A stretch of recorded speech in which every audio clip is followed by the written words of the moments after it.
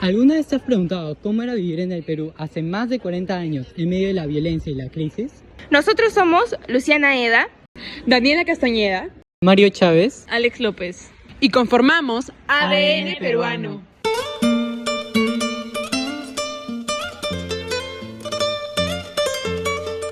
nombre que representa la esencia de lo que somos como país. Así como el ADN contiene la información que define la identidad de una persona, nosotros utilizamos ese nombre para mostrar los hechos y experiencias que definen la esencia del Perú. Hoy vamos a abordar uno de los periodos más complicados de la historia del Perú, del año 80 al 92. Para entenderlo, hay que imaginarse un país que pasó de recuperar su democracia a vivir una crisis económica enorme y al mismo tiempo una guerra interior. Exacto, y lo interesante es que esta crisis no empezó en Lima. Mientras en la capital se celebraba el regreso de las urnas en 1980, en Ayacucho se gestaba algo totalmente distinto. Como cuenta la CBR, ese mismo día de las elecciones, un grupo quemaba las ánforas electorales en un pueblito llamado Chuschi. Y ese grupo era Sendero Luminoso, liderado por Abimael Guzmán, un profesor de filosofía de la Universidad de Huamanga. Lo curioso, como desarrolla de Gregory, es que la universidad nació Sendero. Sí, pero eso lo vamos a ver más adelante. Volviendo a lo económico, mientras todo esto pasaba en la sierra, el país enfrentaba una espiral de inflación. Cuando Alan García asumió la presidencia en 1985, la inflación ya estaba descontrolada, y según Contreras y Cueto, intentó frenarla con medidas atípicas, como controlar precios y congelar el tipo de cambio. Y al inicio pareció funcionar, pero duró poco. Los mismos autores explican que García decidió reducir el pago de la deuda externa sin un acuerdo previo con los demás países, y eso fue lo que aisló al Perú del sistema financiero internacional. Las obras se paralizaron, el país dejó de recibir préstamos y la situación se puso aún peor.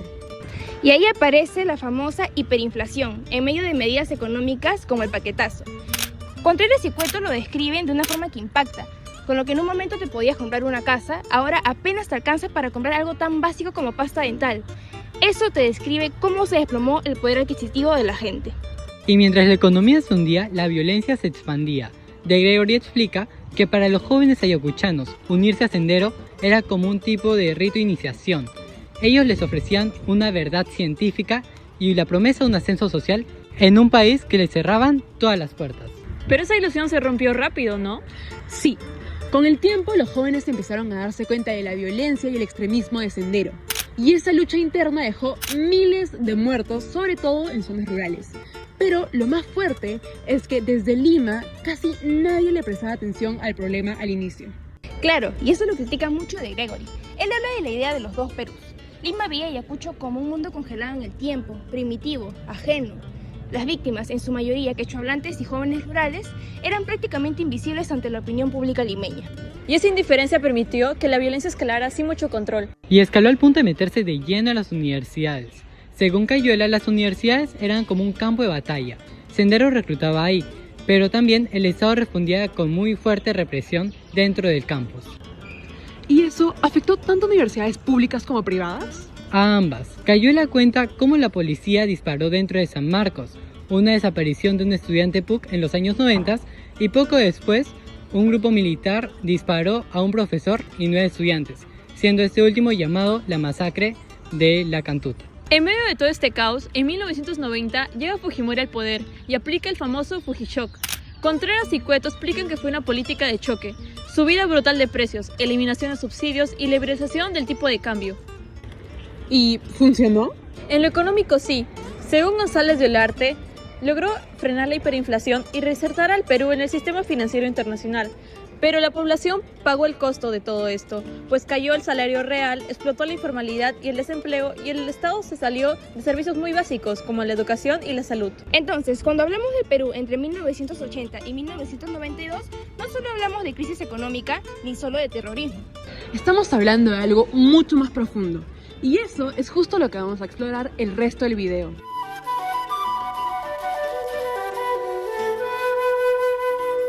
Hola a todos, el día de hoy nos encontramos con el señor Juan Carlos Castañeda, de 58 años, quien nació en Ayacucho y vivió ahí hasta su adolescencia para luego migrar a Lima y continuar con sus estudios universitarios en la Pontificia Universidad Católica del Perú.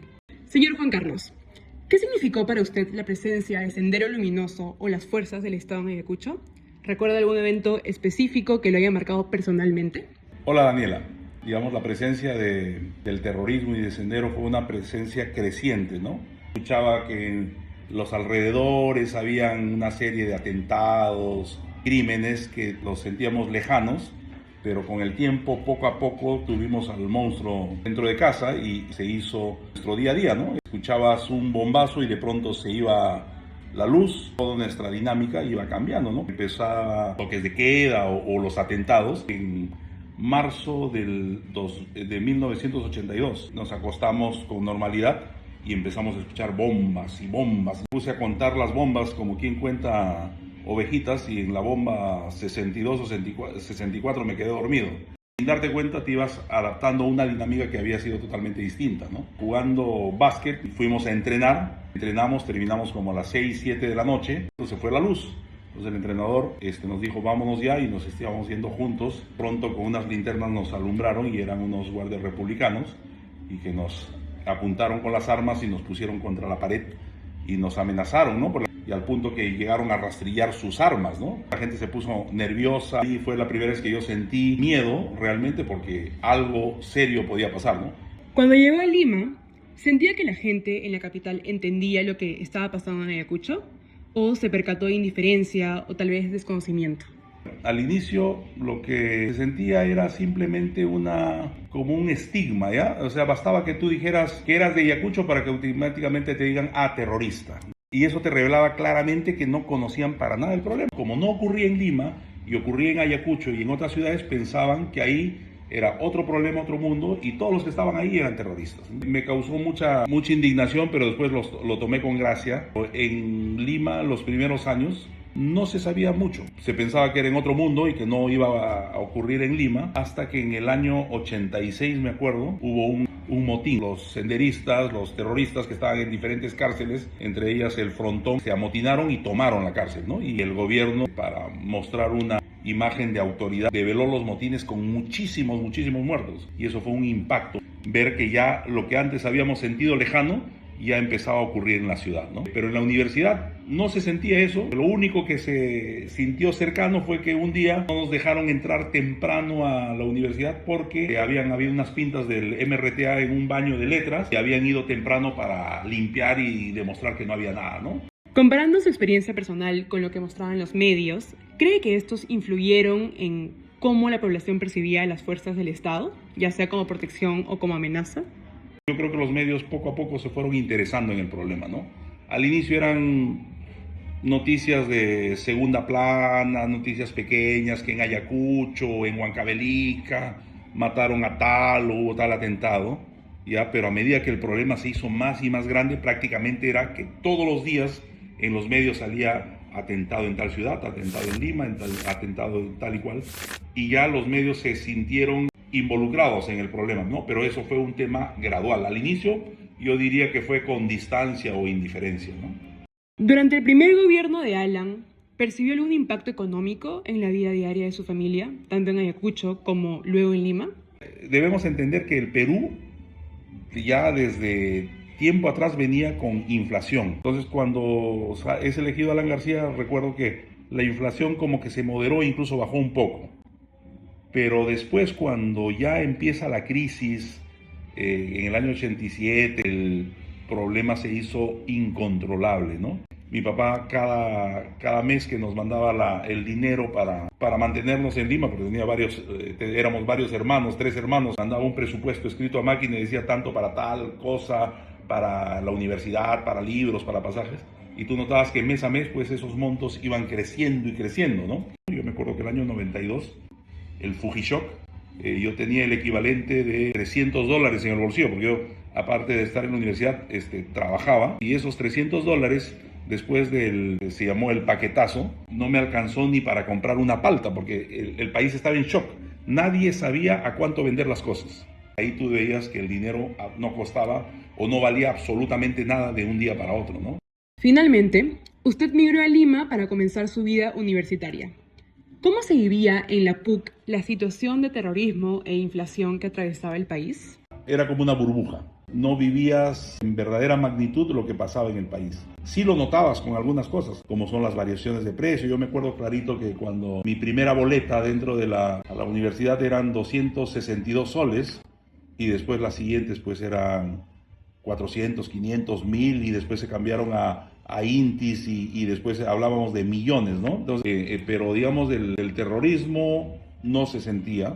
Vivíamos en una burbuja que creo que de alguna manera ha sido beneficiosa porque realmente vivir hiperinflación, vivir terrorismo y vivir todas esas cosas de violencia hubiese sido sumamente traumático, ¿no?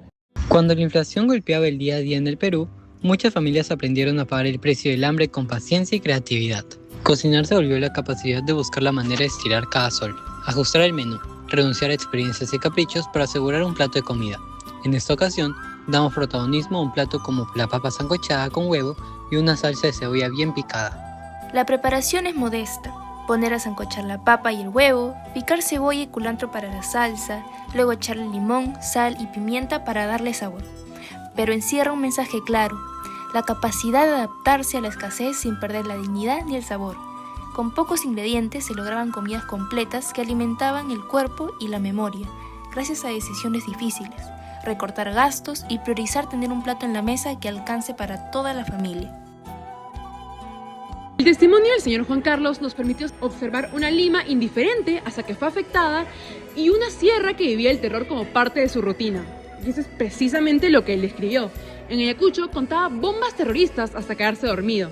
Era intimidado por las fuerzas del orden, que se suponía debían protegerlo, y al llegar a Lima descubrió que ser ayacuchano es sinónimo de sospechoso. En cuanto a la violencia universitaria, las universidades eran percibidas como campos de batalla.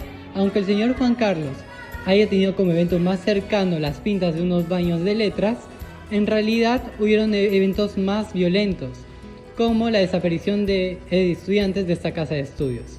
En el plano económico, el poder adquisitivo colapsó, los ingresos perdían valor mientras los precios aumentaban constantemente. El Fujishock fue un ajuste drástico que se reflejó en la experiencia del entrevistado, quien recuerda que con $300 ya no le alcanzaba ni para comprar una palta. En definitiva, la historia no son solo fechas y estadísticas, son vidas marcadas por la desconfianza del Estado y un grupo terrorista que ofrecía una utopía a cambio de sangre. No existió solamente una experiencia de terror, sino que existen muchas realidades fragmentadas. Recordar este periodo con rigor académico, pero también con memoria humana, es el primer paso para entender quiénes somos como país y por qué el sufrimiento ajeno nunca puede volver a ser una opción.